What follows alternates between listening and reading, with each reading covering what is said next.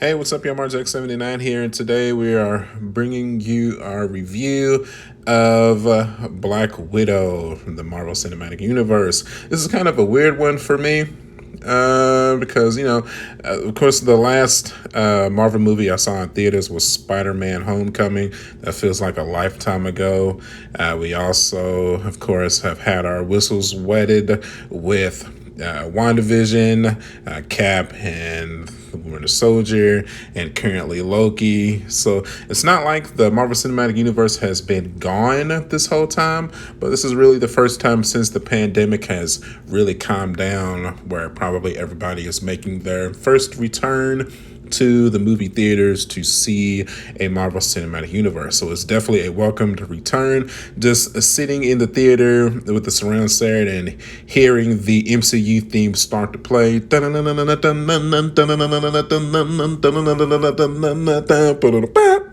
love that. That theme will never get old. They should never change it ever. That is perfection. I was very happy to hear that sitting in my seat, drinking my bourbon, eating my popcorn. How did I get bourbon into my Burger King cup? I poured it in there and mixed it with a little Coke and took it into the movie theater. Ha! A little bit of a secret that, I do to watch so I can get as much enjoyment out of my movies as humanly possible. So let's actually get into the movie. I don't know. Like I said, man, this is a weird one because, I wasn't really expecting the world, but, I wasn't expecting it to be bad either. It was just kind of cool. It was a really great return. Black Widow was a very enjoyable movie from start to finishing. Pacing was really good. It showed us a great backstory of how Black Widow came to be. It showed us kind of what happened to her parents and what happened to her sister. Speaking of her sister, Yolanda stole this movie with her quips and wit and humor. She was definitely my favorite part of the movie, for sure. The Red Guardian makes his appearance too. He is Natasha's surrogate father. So apparently, once you get inducted into the Black Widow program, it basically starts from early childhood. And the Russian government, I guess, brings these children in and lets some Russian spies adopt them, and they pretend to be their surrogate parents to prepare them to go through the training in the Black Widow program. So that is how Red Guardian, and I can't think of the mom's name, but she is a Black Widow spy as well, except an older one, kind of more so a scientist than anything else. But that is how she gets entered into the program. She looks like her real birth mother sold her into the program, but ended up that being made a mistake, and then she tries to recover Natasha. But once you get entered into the program, that's pretty much set in stone. And then the government ends up killing Natasha's mother for trying to rescue her out of the Black Widow program. So it's kind of our real first realization of what happened to her birth parents. There's never really a mention of the father at all. So it sounds like your typical Disney parents movies, so on and so forth.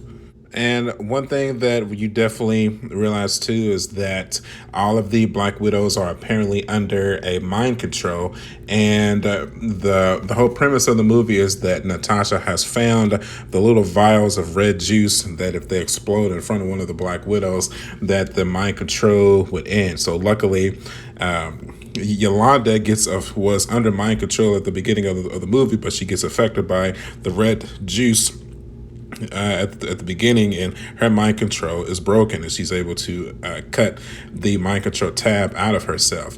It doesn't really get explained how Natasha lost her mind control. I would assume, if I had to make an educated guess, probably happens in Budapest with Hawkeye.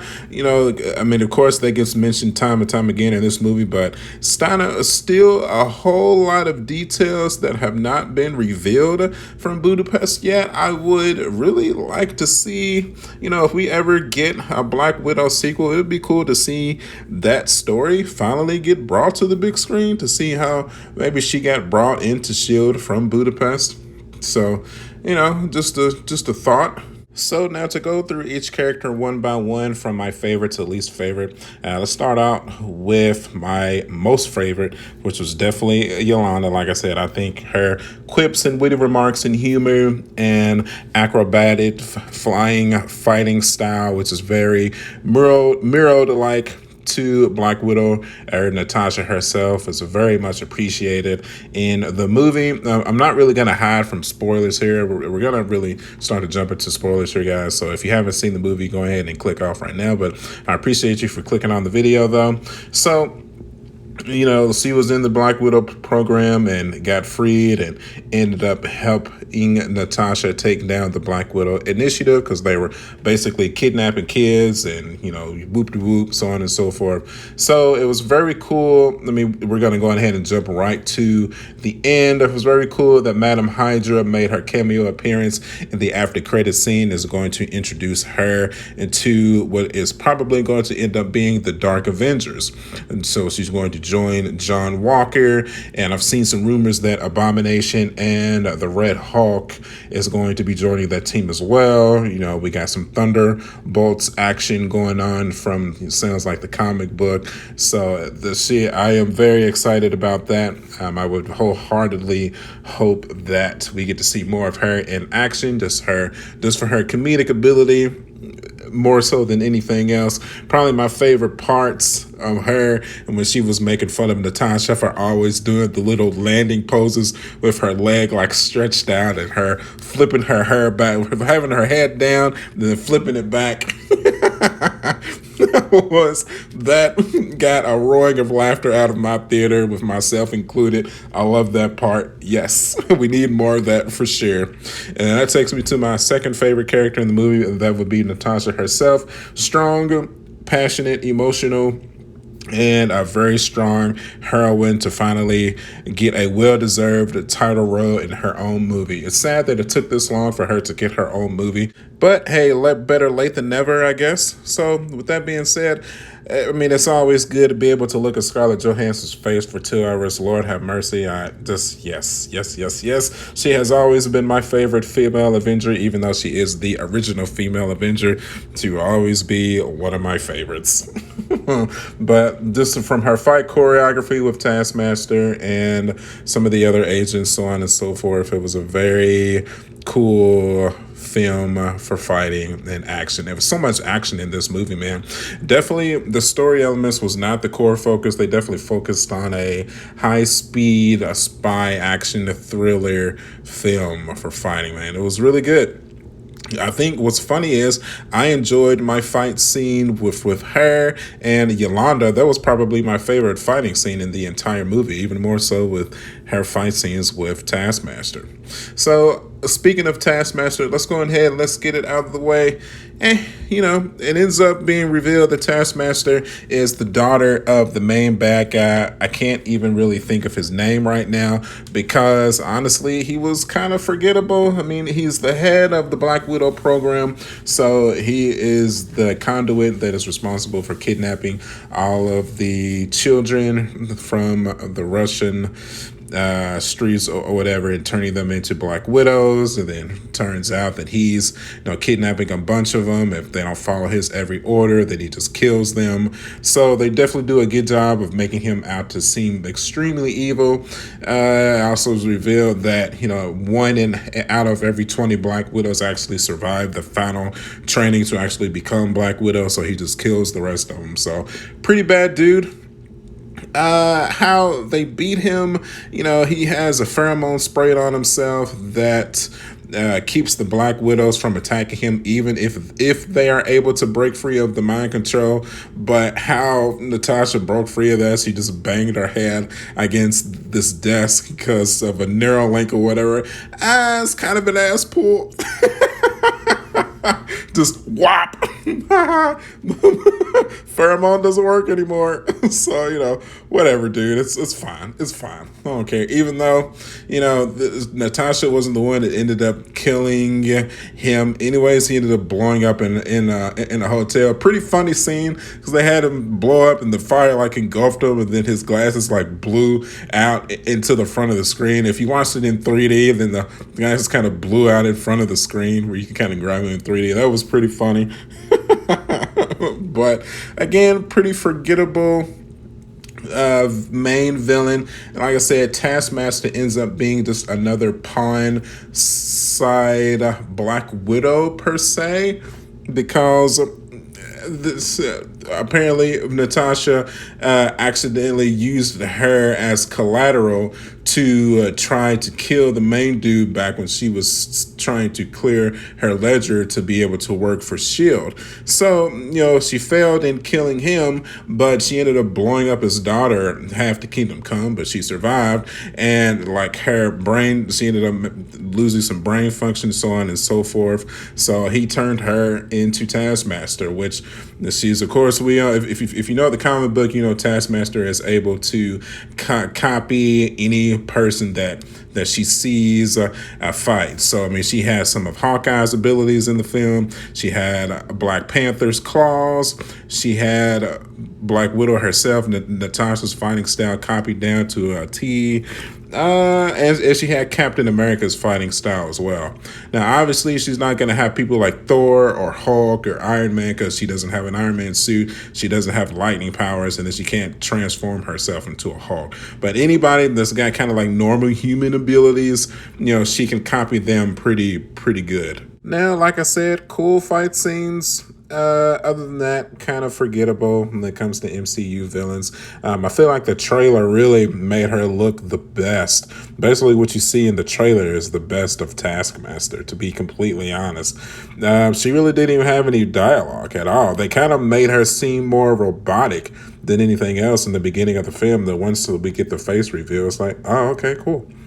I mean, it's not like she was bad or anything, but I really don't expect anything else from her in the remainder of the MCU universe. It would be cool to maybe, if she would make a return in the Dark Avengers, maybe join a Madam Hydra's team. I could see that. Other than that, though, I really don't see any other reasoning for a continuation of Taskmaster's story. Maybe we know her whole story. Her dad was an evil scientist genius that kidnapped girls and turned them into killing machines.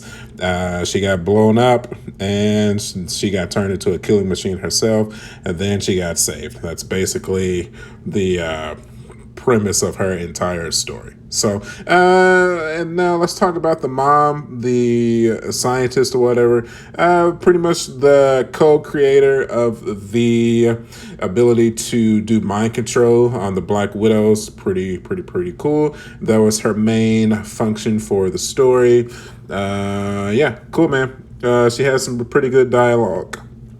Nothing really that was critical. I mean, she provided some pretty cool quips and humor as well. Nothing crazy, though. Then, last character I want to talk about is the Red Guardian himself.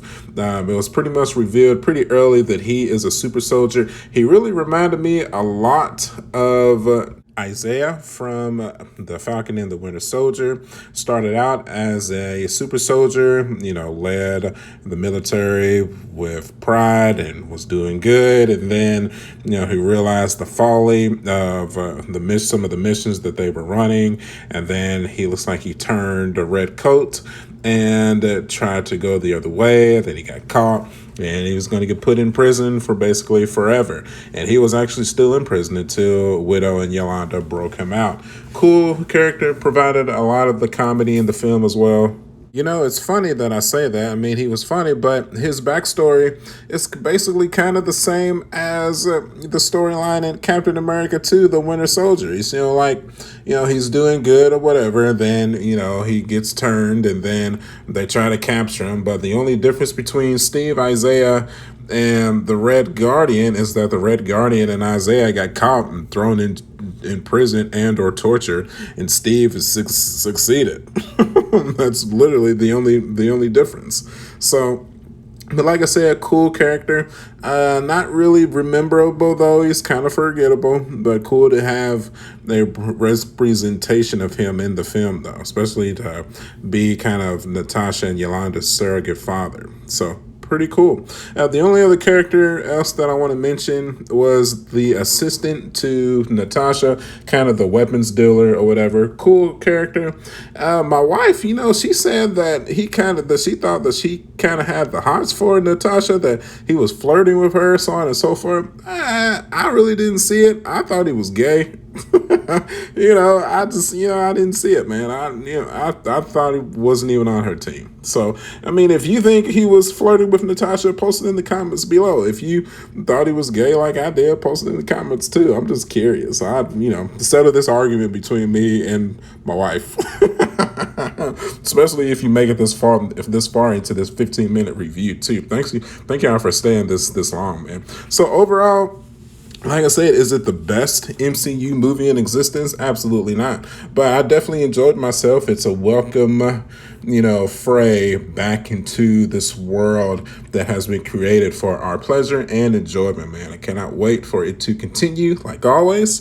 But what's the main cool thing that Marvel did, in my opinion, is that they really did close out Natasha's story. They did show her grave in the after credit scene. But I am curious on how they got her body there, though. I mean, is her body in that grave? Because, she was in the soul world and she fell off the cliff. But I thought that Clint came back without her body, though. So it's like, what's in the casket? These are questions that I need answers, Marvel. I was so confused. I'm like, what? I'm pretty sure nothing is in that casket, because her body would, her skeleton at this point, they would be in the soul world still. But, whatever. That's a kind of a nerd question, but I'm just curious about it, man. But like I said, I'm happy that they closed out her arc. It was really a good story told. Yeah, man. Like I said, hopefully the future for Yolanda to continue the role of the Black Widow is expressed upon and continues, man, because I really enjoyed her character in the movie. So I think that is going to close us out, man. So if you stayed through the entirety of the video, I appreciate it. This was just my initial thoughts of the movie. Nothing like planned or anything. I just wanted to let y'all know how I felt about it, man. So y'all know the drill, man. If you like the video, do me a favor, hit that like button. Also hit that notification bell icon so you know whenever I upload a brand new video. You can follow me at youtube.com/SmartJack79. I'm also on Facebook, Instagram, and Twitter. And as always, thanks everybody for the support and watching my content. I really truly do appreciate it, especially on videos like this. And I will see you guys on the next one. I'll catch you guys later. Bye.